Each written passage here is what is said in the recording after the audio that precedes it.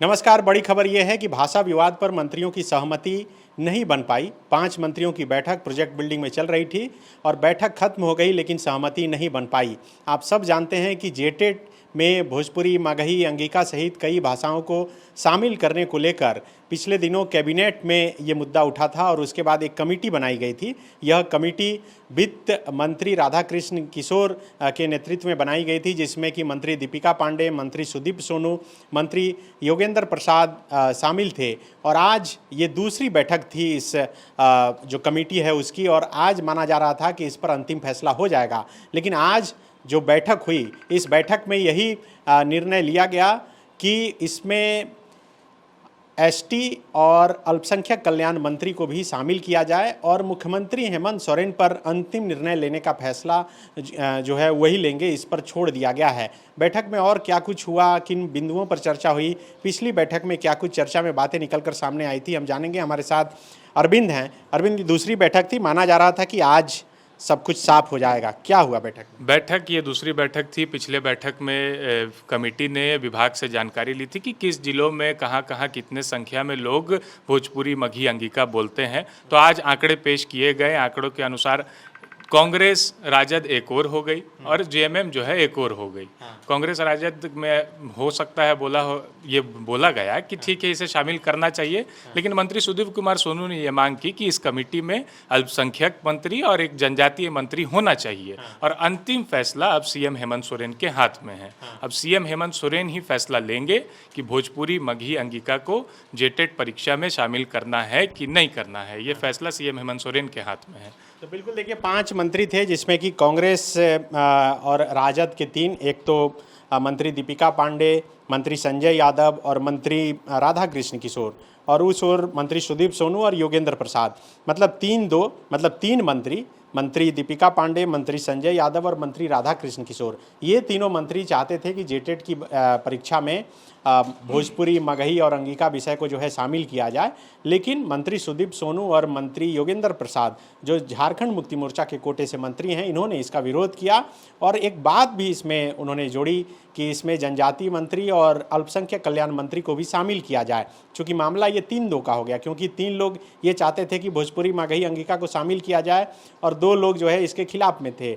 और अब अंतिम फैसला इस पर मुख्यमंत्री हेमंत सोरेन को जो है लेना है। देखना होगा कि इस मामले में क्या कुछ होता है। लेकिन आप समझिए कि पिछले दिनों ही जब कैबिनेट की बैठक चल रही थी, तो उस कैबिनेट की बैठक में भी यही तीनों मंत्रियों ने आपत्ति जताई थी। मंत्री दीपिका पांडे, मंत्री राधाकृष्ण किशोर बीमार थे, हॉस्पिटल में थे, लेकिन मंत्री संजय यादव मौजूद थे। और मंत्री संजय यादव और दीपिका पांडे दोनों ने पुरजोर तरीके से ये बात रखी थी कि इन तीनों विषयों को रखा जाए, चूँकि ये बिहार के बॉर्डर से जो सटे हुए इलाके हैं, वहाँ पर ये भाषाएँ बोली जाती है, खास करके गोड्डा का इलाका और जो पलामू और गढ़वा का जो इलाका है। सिर्फ यही नहीं, बल्कि पूर्व मंत्री मिथिलेश ठाकुर ने भी इसे लेकर मुख्यमंत्री हेमंत सोरेन को पत्र लिखा है कई बार, और ये मांग की है कि टेट की परीक्षा में इन भाषाओं को जो है शामिल किया जाए। लेकिन अब इस मसले पर जो है मुख्यमंत्री हेमंत सोरेन को अंतिम फैसला लेना है। 20 तारीख को जो जेटेट के फॉर्म भरने की अंतिम तिथि थी, उसे भी बढ़ा दिया गया है, डेट बढ़ा दिया गया है। तो सवाल अब ये भी है कि क्या इसी परीक्षा में अभ्यर्थियों को जो है शामिल करने का, इन भाषाओं को चुनने का मौका मिलेगा या फिर नहीं मिलेगा। क्योंकि पिछले दिनों जब कैबिनेट में 3 मंत्रियों ने विरोध दर्ज कराई, तो फिर एक कमेटी बना दी गई थी। 3 मंत्री में एक तो हॉस्पिटल में थे, 2 मौजूद थे। तो उसी कमेटी की बैठक जो है अब दूसरी बार ये हुई है, और दूसरी बार बैठक के बाद ये खबर निकल कर सामने आई। उससे पहले कांग्रेस के ही एक पूर्व कार्यकारी अध्यक्ष और पूर्व मंत्री बंधु तिर्की ने भी भोजपुरी, मगही और अंगिका को जो है लेकर विरोध जताया था। अरविंद वहाँ पर मौजूद थे। क्या बंधु तिर्की क्या बोले? बंधु तिर्की ने साफ कहा कि क्षेत्रीय भाषा में भोजपुरी, मगही और अंगिका को शामिल नहीं करना चाहिए, दर्जा नहीं देना चाहिए। उनका तर्क है कि जब भोजपुरी को बिहार में मान्यता नहीं है तो झारखंड में क्यों दिया जाए।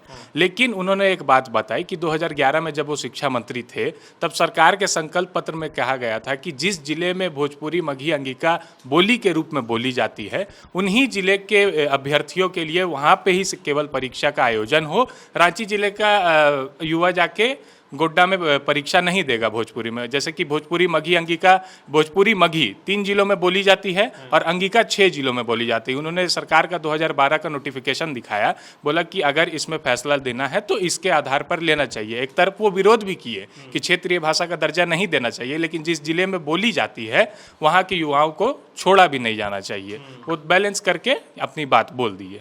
तो बिल्कुल देखिए कि भाषा को लेकर अब अपने ही सरकार के अंदर एक तरीके से अंतर्विरोध है।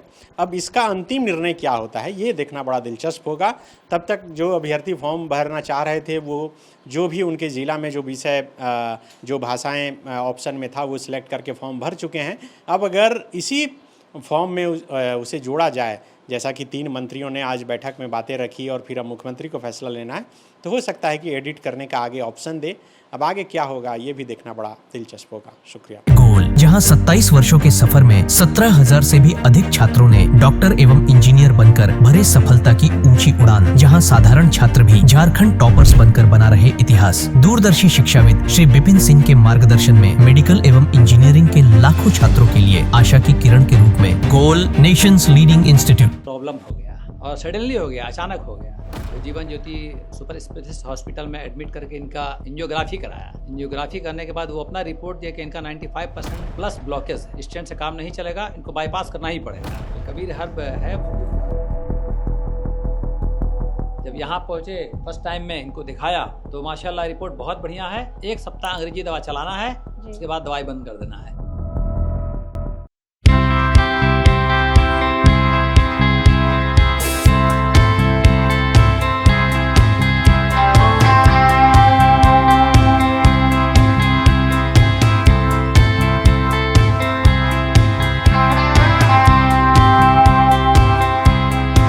सरकारी परीक्षा की तैयारी का सबसे भरोसेमंद नाम NIBM। अच्छा कोचिंग ढूंढ रहे थे तो फिर गूगल में ही बताया कि यहाँ का रेटिंग भी बहुत अच्छा था। पुरुलिया से आए हैं यहाँ पर कोचिंग करने के लिए। NIBM के बारे में मेरे एक भैया हैं जो पिछले साल ही बैंकिंग यहीं से प्रिपरेशन किए और इस बार IBPS PO में सिलेक्शन लिए। मेरा अभी फाइनल सिलेक्शन हुआ है RRB PO में, उत्तर बिहार ग्रामीण बैंक में। मेरा फाइनल सिलेक्शन RRB PO में हुआ है। NIBM thefollowup.in. Like, share and subscribe. www.thefollowup.in